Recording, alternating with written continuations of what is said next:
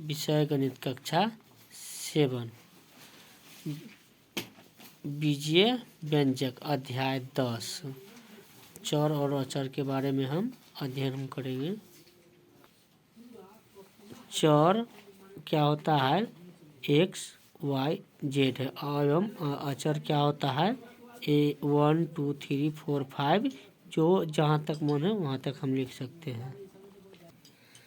कक्षा 7 विषय गणित प्रश्नावली 10.1 चर किसको कहेंगे? एक्स वाई जेड को हम चर कहते हैं। और अचर किसको कहेंगे? 1 2 3 4 5 6 7 8 9 10 अगैरह वगैरह जो भी होगा गिनती में जो प्राकृत संख्या में वो उसको हम अचर कहते हैं। क्वेश्चन नंबर 1 कहता है निम्नलिखित स्थितियों में चरों अचरों और अंक गणितीय संक्रियाओं का प्रयोग करते हुए बीजीय व्यंजक प्राप्त कीजिए।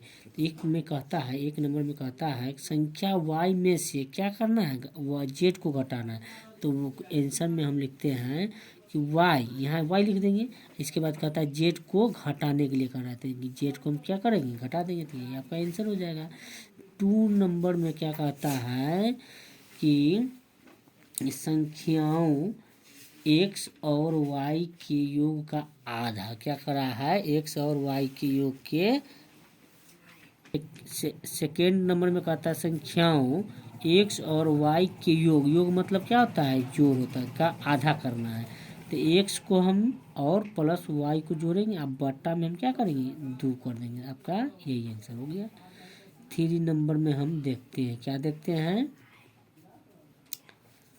कि संख्या z को स्वयं उससे गुना किया जाता है। देखो संख्या कर रहा है, संख्या यहाँ पर लिखते नहीं है, वही जेड है। जेड को कहता है स्वयं मैंने अपने होता है। तो स्वयं अपने जेड हुआ, तो जेड को हम जेड से गुना करेंगे तो कितना हो जाएगा? जेड स्क्वायर हो जाएगा। क्यों होगा? यहाँ देखो जेड पर पावर 1 है, यहाँ भी ये पावर 1 है। तो एक यहाँ पे एक हम सूत्र लिख देते हैं, ठीक है। इसको हम सूत्र लिखते हैं। देखो क्या होता है, ए पर पावर 1 गुने ए पर पावर 1 को हम कैसे लिखेंगे? ये बेस है, ये बेस है, ये क्या है? घात है। तो हम ए पहले लिख देंगे दोनों में से एक, 1 प्लस 1 लिखेंगे तो क्या आ जाएगा? ए पर पावर 2 नहीं हो गया? देखो हो गया। तो वही चीज़ हम यहाँ लिख दिए, आपका आंसर हो गया ए पर पावर 2। 4th नंबर में क्या कर रहा है? संख्याओं P और Q के गुणनफल का 1/4 कहता है।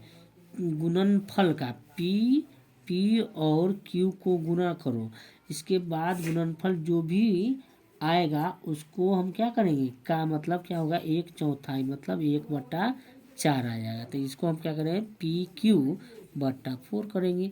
आपका ये आंसर हुआ। फिफ्थ नंबर में क्या कर रहा है?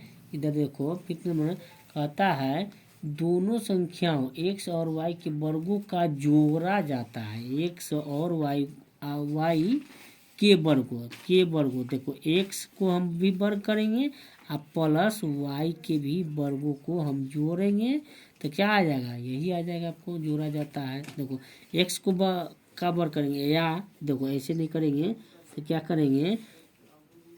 एक्स स्क्वायर और वाई स्क्वायर करेंगे तो हम फिर क्या करेंगे? एक्स स्क्वायर और प्लस वाई स्क्वायर, वही चीज़ है, इसी को हम लिख दिए ऐसे। तो ये आपका आंसर हुआ। वर्गों को जोड़ा जाता है।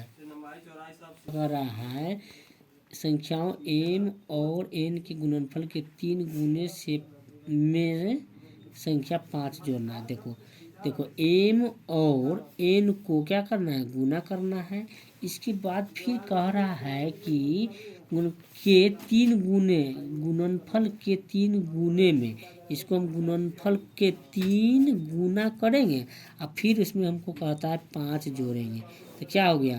तो 3m और प्लस 3n और प्लस कितना? 5। ये भी आपका आंसर नहीं तो ऐसे भी हम, ये भी आंसर क्या है? ये भी आंसर ठीक है। और हम क्या कर सकते हैं? इसको mn या इसको हम इसमें हम 3 से गुना कर देंगे प्लस 5 कर देंगे। ये भी आपका आंसर हो गया। कोई 3 गो ए भी आंसर, ए भी आंसर, ए भी आंसर, सब आंसर है। 7th के बोलो, 7th में क्या कर रहा है? सेवंथ में कह रहा है कि 10 में से संख्याओं y और z गुणनफल को घटाना है। 10 में से क्या है, 10 में से हमको क्या घटाना है, ये क्या घटाना है, x और z को गुना करेंगे, y और z को क्या करेंगे, गुना कर दिए और उसको हम क्या करेंगे, गुणनफल को घटा देना है। 10 में से घटा दिए तो 10 माइनस कितना y z हो जाएगा, ये आपका आंसर हो जाएगा।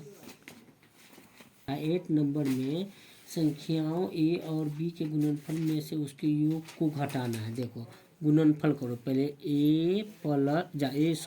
a गुने b करेंगे, गुना कर दिए, गुणनफल में से उसके योग को फिर घटाना है। देखो फिर इसको कह रहा है इसको जोड़ना भी है, ठीक है, और तब लास्ट में घटा देना है। तो ये क्या है, समीकरण 1 y समीकरण 2 हो गया। तो पहले क्या कर रहा है, योग गुणनफल में से उसके योग को घटाना। तो गुणनफल में से a b अब माइनस क्या करेंगे, a माइनस b हो जाएगा। क्या है, हो जाएगा माइनस, यहाँ प्लस था यहाँ माइनस क्यों होगा, क्योंकि इससे छोड़ो एक स्टेप और बढ़ा देते और में। देखो ए बी अब माइनस क्या, इससे इसमें गुना करेंगे तो ए हो जाएगा, इससे इसमें गुना करेंगे ए प्लस ए, -1 को हम माइनस से हम प्लस में गुना करते तो क्या होता है, -b होता है, आपका ए आंसर हो जाएगा। ठीक है, यो अच्छा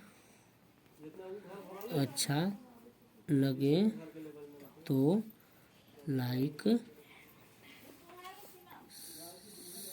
सब्सक्राइब जरूर करें। ठीक, ओके, हो गया।